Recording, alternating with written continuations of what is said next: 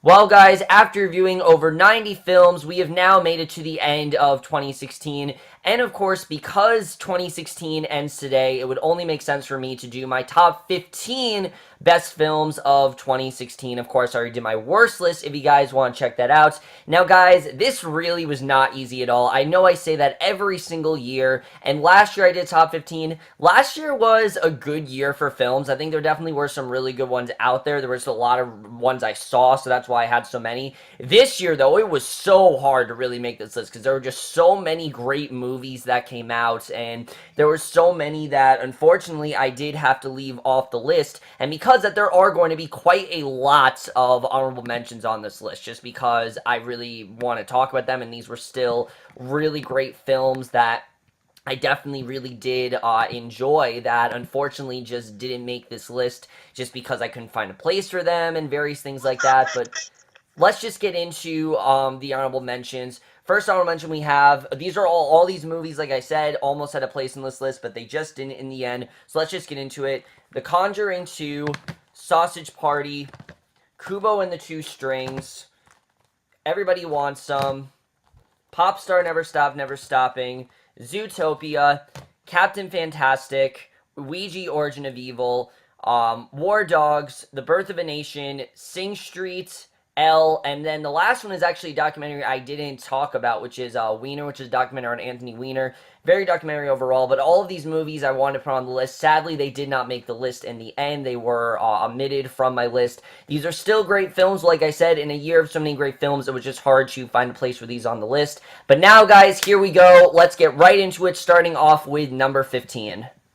Now, as I always say with my best list, as you guys know, just because I gave a movie 5 out of 5 stars or 4.5 out of 5, it does not mean that the 5 out of 5 is going to be higher than the 4 out of 5, 4.5 out of 5. And right off the bat, we have that coming up because at number 15, we have none other than a movie that I definitely really enjoyed and a movie that I think is getting very mixed reception. Some people like it, some people hate it. I love this movie, and that, of course, is none other than Nocturnal Animals. This is a very different kind of film that, like I said, a lot of people definitely won't like. But what I really love about this movie is just the mystery of it all, the mystery aspect, the way that these two stories connect, the way this starts to affect Amy Adams' character. So many great performances in this movie, you know, from Amy Adams to Jake Gyllenhaal to Michael Shannon. I mean, everyone really did an incredible job in this film. It was thrilling, it was mysterious, it was suspenseful, it was at points horrifying, it was really dramatic, it had a really nice romance. It really had all the elements that made the perfect film, in my opinion. It had some incredible cinematography, along with an ending that was just so ballsy and just went there, and you wouldn't expect it to go there, but it did, and that's one of the things that made it even better than it really is, and that is one of the many reasons why it is my number 15. So number 14 is a movie that almost wasn't on the list, but really when thinking about it, I couldn't not put this movie on the list because of how great it really is and how much an achievement it is in terms of superhero movies. Number 14, without a doubt, is Deadpool. I mean, talk about such a different kind of superhero movie and talk about evolving with this genre. I mean, really, that's something that Deadpool shows so well, is how much the superhero films are evolving.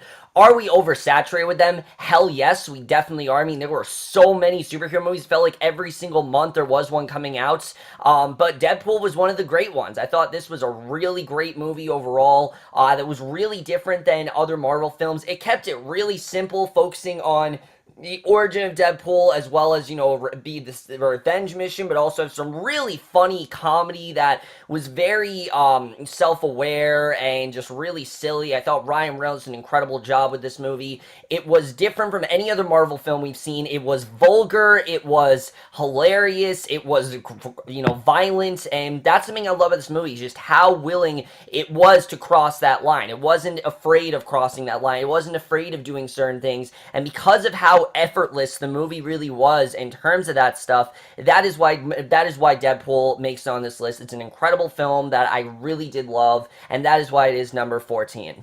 So number 13 is a movie that I would have never guessed really would have been on this list, honestly. If you would have told me that I would have loved this movie as much as I did, I wouldn't have believed you, because usually this just seemed like a movie to me that was going to go very under the radar, and it didn't at all. I would have never thought that would have made my top 15, but it in fact did, and that is none other than Hell or High Water. I mean, talk about a surprise, really. This movie seemed to come out of nowhere, and really, again, it keeps things really, really simple. You have, two brothers who are doing some things that are definitely unjust, but they're doing it for the right reasons, and you definitely understand, as well as two, lawmen who are going after them, but at the same time, you care for all the characters, and that's something that this movie just did so, so well, is just have some incredible characters and really show you how to care about each of these characters, and I really did love the way the movie did that. It was really funny, too, surprisingly. I mean, anyone remember that diner scene? That was fucking hilarious, that diner scene. I mean, Jeff Bridges, Chris Pine, Ben Foster, just so many great performances here,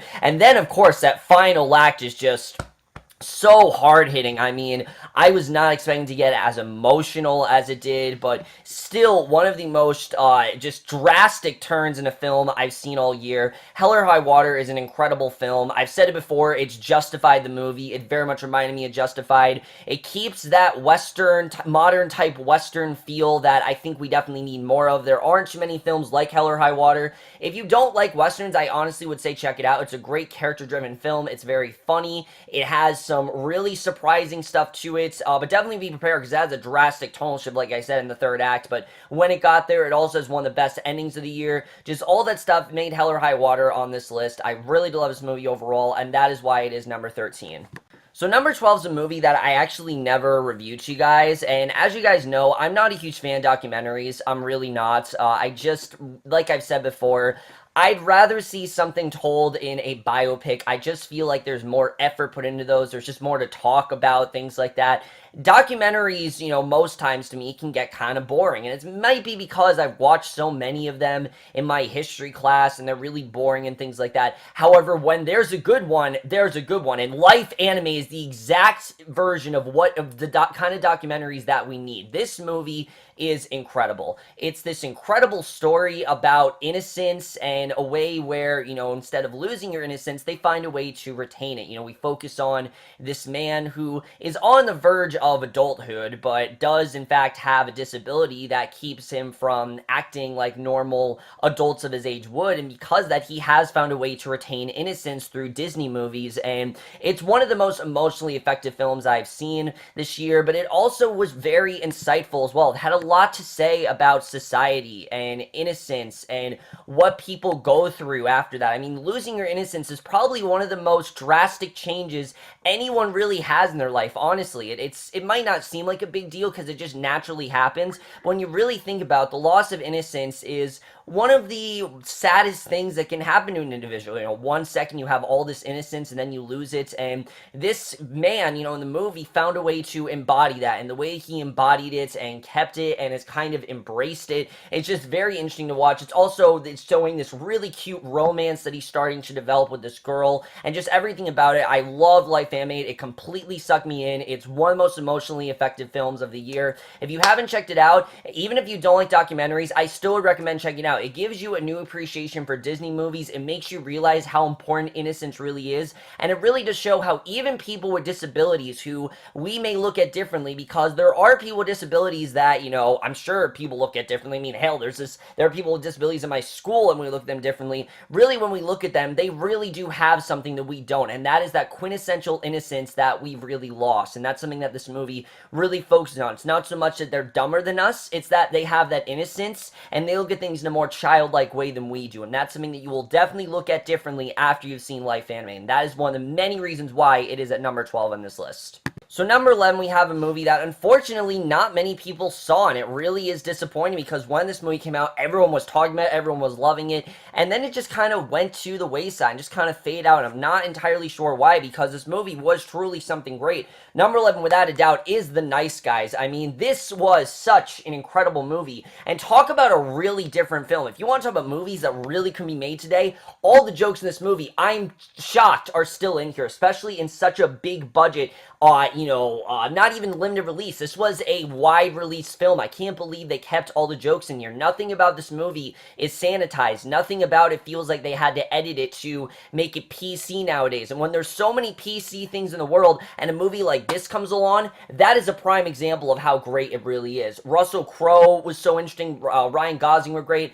And what I love the most about their pairing that I said in my review is that there really is no straight man. Ryan Gosling has problems. Russell Crowe has problems. They both kind of deal with it. It's really well done. And Andrea Rice as well. One of the best child performances I've seen in such a long time. I love what they did with her in the movie. She really fit right in there. If you haven't seen The Nice Guys, it's one of the most different films you'll probably see all year. I really did love this movie overall. There was some, obviously I loved it because it's on my top 15, but just incredible, there's an incredible amount of violence, but also an amount of effort, some really great comedic one-liners that's kind of deadpan humor that's kind of hard to get at first, but I thought was absolutely hilarious. I mean, there's one scene, we all remember that scene in a classroom where they're watching that video, and I don't want to say anything else, but it was pretty hilarious. It involves towels, and it's just such a great example of wordplay. That's something that this movie understood so well. I love The Nice Guys. It's one of the most, I think, real and just very self-aware films of the year, that there really aren't too many others like it. It is a very,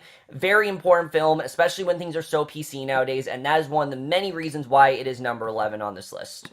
So number 10, we have a movie that, after I saw it, I really didn't understand a lot, I have to say, but thinking about it and letting it sink in, this is definitely on my top 10. This is definitely a movie that I really thought about a lot, and I constantly went back to and thought, what's this really all about? And that's Arrival. Now, while I didn't understand a lot of what's going on in Arrival, I definitely do appreciate the deeper meaning behind this movie. The way this movie is willing to do something really out there and really different, that alone is enough reason to put it onto my top 15. But the other thing this movie gets so well is the idea of human language and how important language really is, and how just because someone may be speaking a different language, it doesn't mean they don't have something to say and things like that, and what human language can really do, how we communicate, just all that stuff I thought was really well executed here between Amy Adams, who completely anchors this entire film. As good as she was in Nocturnal Animals, don't get me wrong, she was great. Here, this was her movie through and through. She completely anchored every scene, chewing up every piece of dialogue. I was completely riveted in everything she was doing. It was such an interesting story as well, and sure, there wasn't a ton for Jeremy Renner or for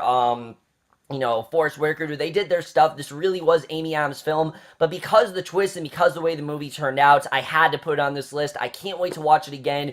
Sure, it's a film that maybe I could have gone back to a couple more times. I definitely will say that, but I really do love Arrival overall. Really great film, and if you haven't seen it, I don't know if it's for everyone. I really don't. It's not a movie that's, for conventional audiences, as I've said, but it's a great film that I'm very happy I'm constantly thinking about. It's constantly on my mind, and, it's constantly a movie that I think, okay, that was a very impressive, different direction that they went in, and with movies like that, you rarely see that nowadays, and that is one of the reasons why Arrival's number 10. It's different, it's out there, and it's definitely a movie that deserves to be on this list by far.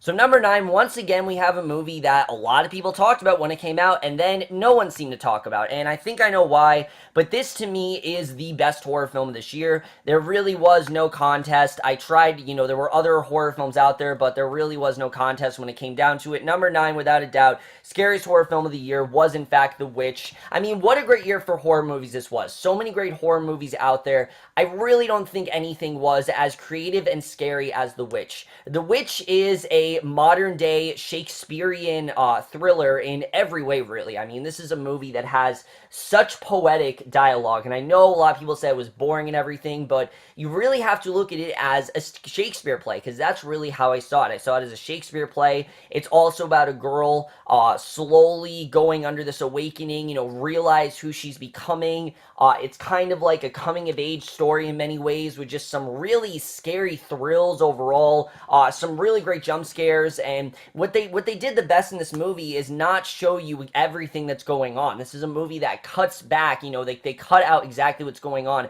and they cut it exactly the right times too. I was so compelled to this story. I thought the family was great. I thought that the story we were telling was very interesting, and the ending still is one of the creepiest things I have seen in so long. It was different, it was scary, it was out there. It's a movie that is definitely not for everyone because so many people have had so much mixed reception with it, but it is a movie that I definitely recommend you guys check out. It really is something incredible. The Witch really did really affect me. It was a very affecting film. It was a film that really did floor me after I watched it. It took me a little while to figure out what it's really about. If you guys want to know, check out my not my rants, check out my analysis, oh my god, which will be down below in the description if you guys want to check it out. But The Witch was incredible. I absolutely love it. By far the best horror film of the year. In a year of incredible horror films, this is just a staple of really how great horror really was in 2016. We may have had some shitty ones, but we had a lot of really great ones, and The Witch by far was the best of that caliber.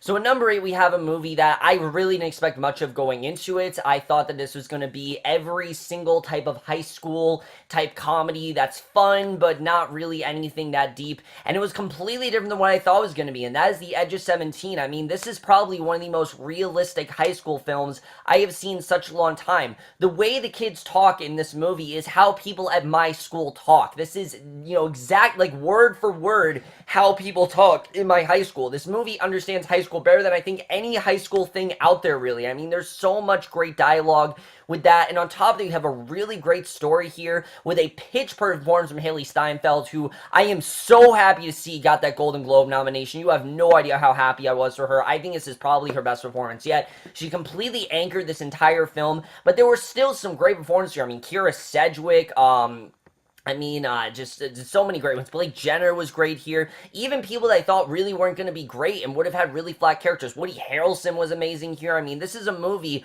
that seems like it's going to be... It starts off as your typical high school comedy, but it gets so much deeper as it goes on and starts to really get into this idea of change and acceptance and, realizing who you really are and accepting that who you are is not a bad thing and that this is who you are and you need to be okay with it and that people don't need to like you necessarily and things like that. Just so much about this movie just works so well. I found it to be such a positive film with such a great message. It was really funny. By far some of the funniest moments out of any film I've seen this year. It was really funny. It had such a great cast, and it's a movie that the second I watched it, I wanted to watch it again, and that is when you have a great movie on your hands, and that is the reason why it is number 8. I think it's, there's always those great high school films each decade. The Edge of 17, I think, is going to be a staple of the 2010s by far. It's going to be a movie that I think gets really, really popular amongst several years from now. I could definitely see it happening, and that alone is the reason why it is number 8.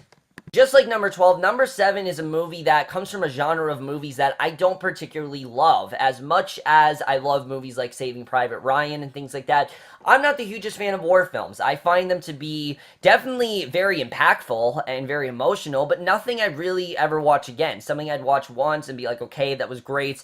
Hacksaw Ridge, however, I could totally see myself watching. I mean, this was a totally different type of war film altogether, and that's because it's not really a war film. It's a movie about, nonviolence and, the values of this man and how he really is the way he is and how he goes about his life this way, how he survives in a situation where it seems impossible to survive.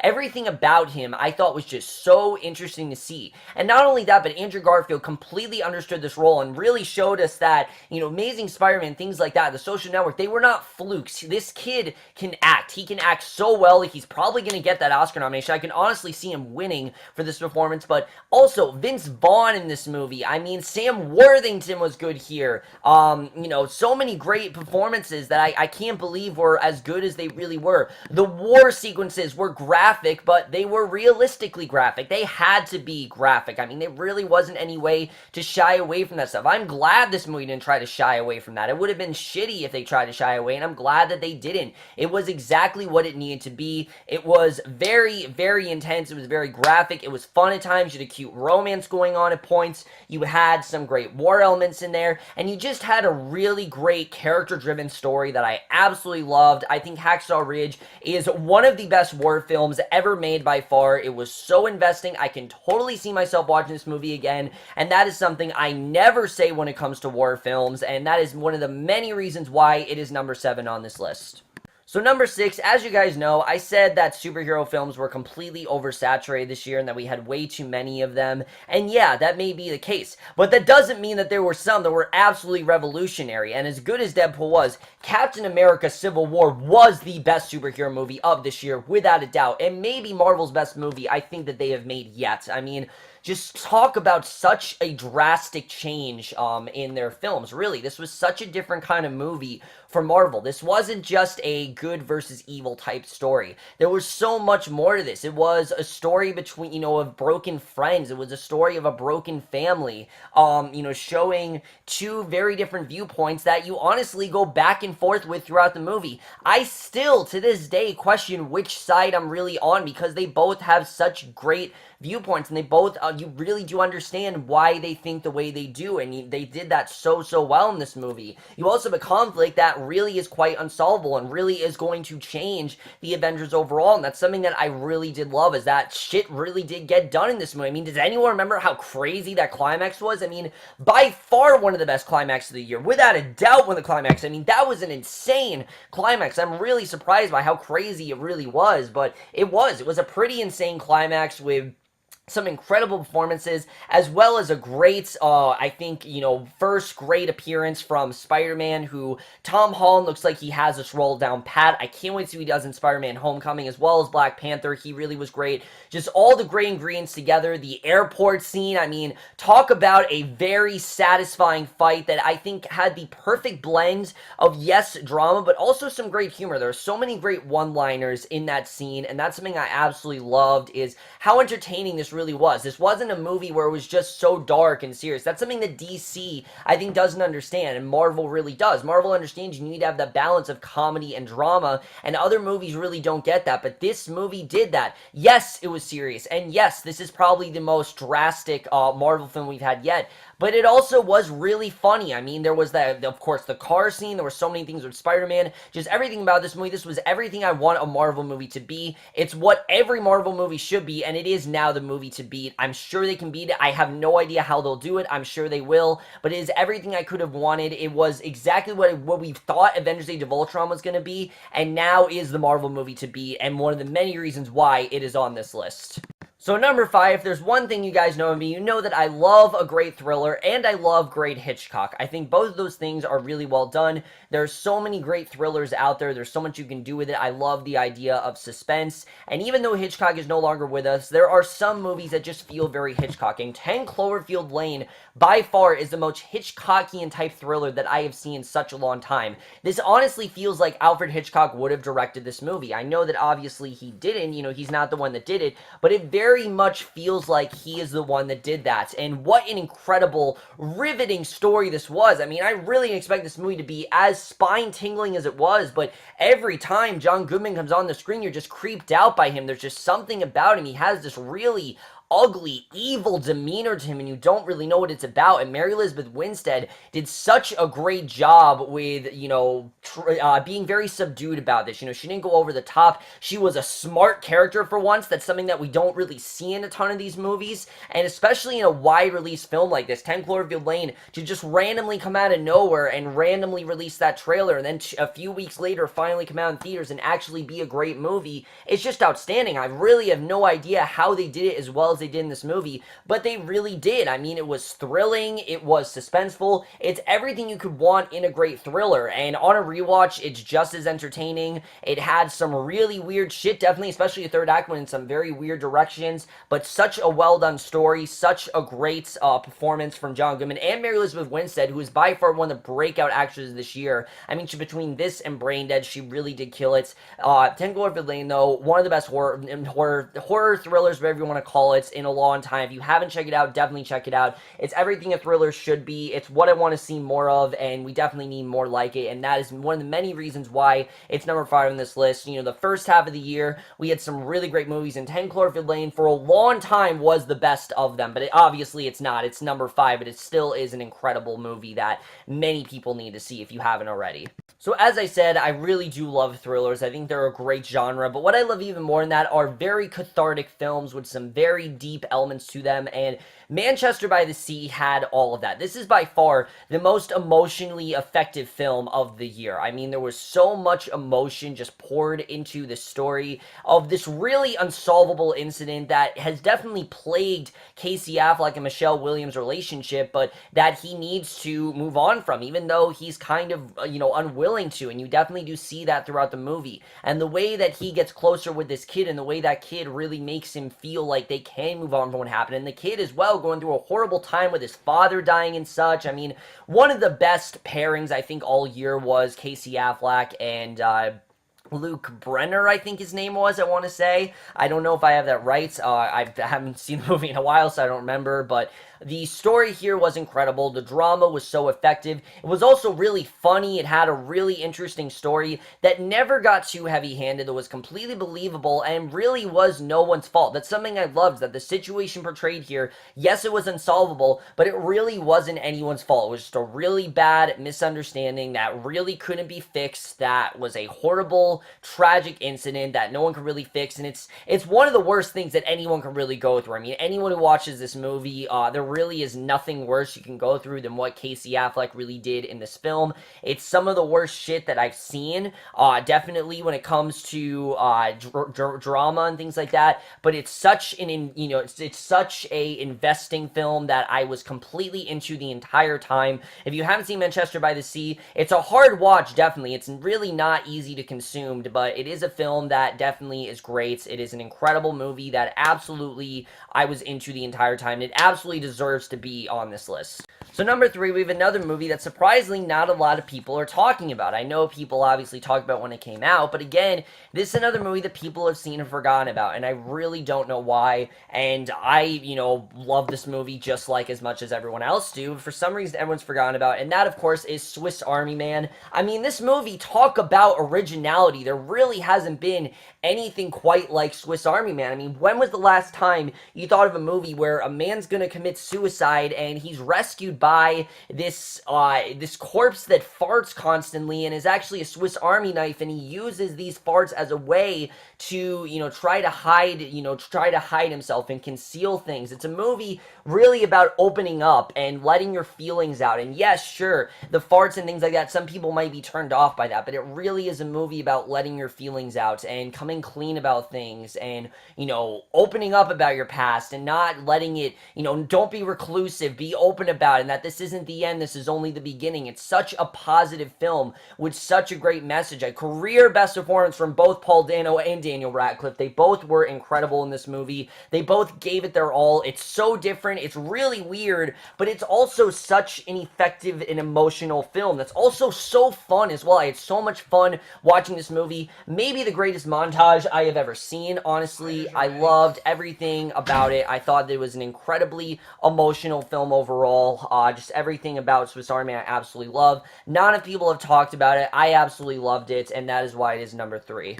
So my number 2 and number 1 constantly kept switching around. These are 2 movies that I absolutely love, that are 2 movies that are some of the greatest films that I've seen in such a long time. There are movies that I encourage everyone to really watch that are just so different, and maybe they're not the most original films, but they just took the concept and did it perfectly and really knew how to, make it flow and things like that. And number 2 especially is a movie that is very important, and that, of course, is a movie that I was completely riveted by, and for a long time was my best movie of the year, and that is Moonlight. Moonlight was such an incredible film about the loss, learning your identity and learning who you really are and accepting it, as well as, learning about your sexuality. And it was also about a man who, is trapped in this world where he has this identity, and everyone looks at him weirdly because they don't have the same belief that he does, and they don't really accept those certain beliefs, but he needs to,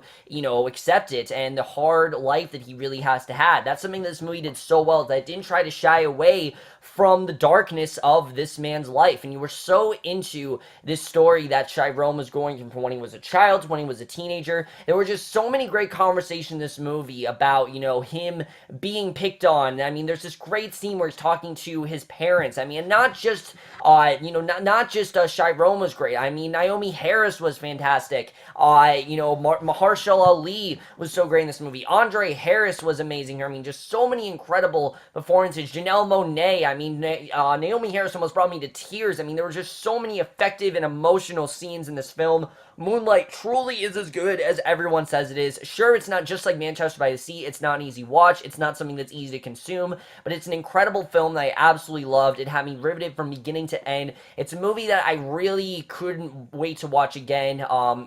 It's not a movie that I watch all the time, I definitely will say that, and that's really what it did come down to with number 2 and number 1, is that really what movie would I watch again? I love both these movies equally, but now, guys, we have made it. Now let's get to my number 1. Which, guys, this is a movie that I think it's pretty obvious what my number 1 is. I think you guys could guess what my number 1 is from my last review and things like that. But like I said, when I really thought about what my number 1 was, it's what movie would I watch again? What movie is the movie that I have the sudden urge to watch immediately? What movie affected me more? What movie stick with me more? And when I really thought about my number 1, the movie that I watch more is, in fact, La La Land. Look, call me a musical-obsessed nerd, because yes, I definitely am one. I definitely do love musicals, and Broadway definitely has been something that I've always loved, but La La Land, what I really love about it is how original it really is. Sure, the story isn't original. I mean, we've had so many stories of actresses struggling, but when was the last time we had an original musical? Not a Broadway adaptation, an original musical with original songs that hadn't been previously written, with stars who we didn't know could sing, and, dancing, and just putting it all out there. When was the last time we had that? Since the 1950s. And something I didn't get to say in my review that I am going to say here is that I love classic movies. In fact, classic movies are my favorite kind of movies. Not that I don't love modern films, I really do, but there's a certain quality and a certain effort that was put into classic movies, and just a certain type of quality put into those films that films of today just do not have. And I'm not entirely sure exactly what it is that they don't have, but they just don't have what classic films really do. And this movie completely embraces that. It goes all out to make it feel like it is a movie that you're watching from the 50s, set in modern times, and it is very modern, but the modern part of it really works because it feels like a movie that is going to be shown from generation to generation, and that is going to be as beloved as A Sing in the Rain, as A Bandwagon, as A Sound of Music. I could totally see this movie being watched, in a few years by so many people, and so many people finding it, and so many people realizing how great of a film it really is. 2 incredible performances. Emma Stone was incredible here. I mean, she gives a career best performance. Ryan Gosling was also incredible. The musical numbers were great. The choreography was great. The story was so interesting. And the ending to this movie is so damn ballsy. By far the most satisfying ending of the year. That, yes, it truly does have mixed reception, but really when I thought of it, it was an incredible ending that I absolutely loved. I loved everything about La La Land. It was really everything I wanted to be. The second that I saw that CinemaScope logo on the screen, as well as the huge dance number in the beginning of the film, with them getting out of their cars and them singing, just everything about it I completely embraced. I was so into the story. I loved everything about it. It was everything I think it could have been. I don't think it could have been anything better. And like I said, when I really thought about the movie that I wanted to watch more, La La Land's a movie that if it was on TV right this second, or it got on VOD, I would pause this video, I would stop what I'm doing, and I'd watch it again, because that is how much I love La La Land. It is an incredible film if you haven't seen it. Sure, you might not love musicals. Sure, you might not, love that kind of genre, but it's still a movie that I recommend all of you to see. It's an incredible film, and that is why it is by far, La La Land is the best movie of 2016. And guys, that's it. We have now made it to the end of 2016. I can't believe that 2016 is over. It seems like every year just goes faster and faster as it goes on. But so many great movies of this year. I really enjoyed talking about all of these movies to you guys. I hope you guys enjoyed as well. I know I didn't get to watch as many movies this year. Trust me, I wanted to watch quite a few more films. I'm going to try to be a little bit more consistent in 2017. I'm definitely going to try to do that. But anyways, guys, as far as 2016 videos go, I have one more video video to put up for this year, and that is going to be a reflection video where I pretty much talk about, you know, how my channel went this year, things that happened, and where I think I'm going to go in 2017, because there are a few changes coming, so definitely look forward to that. But anyways, guys, that's it for my best list. Let me know what you guys had as your best movies of 2016. Do you agree with the movies that I had? Were you surprised by some? I'm sure you guys were surprised by the rankings of some of these movies. Trust me, it was very hard to make this list. I really did struggle with trying to figure out where all these movies really went. But that's it for this video. Hope you guys enjoyed it. Please check out all the movies I have talked about. If you haven't checked them out, please check them out. They all really are something great. Even the honorable mentions, definitely check those out as well. What a great year for film. Very happy to review so many movie reviews to you guys. Thank you guys for watching my reviews all year. Definitely very much appreciated. But that's it for movies. That's it for this video. And I will see you guys next week. Like I said, will be for a end of year reflection video. And I will see you guys for that. Okay, bye.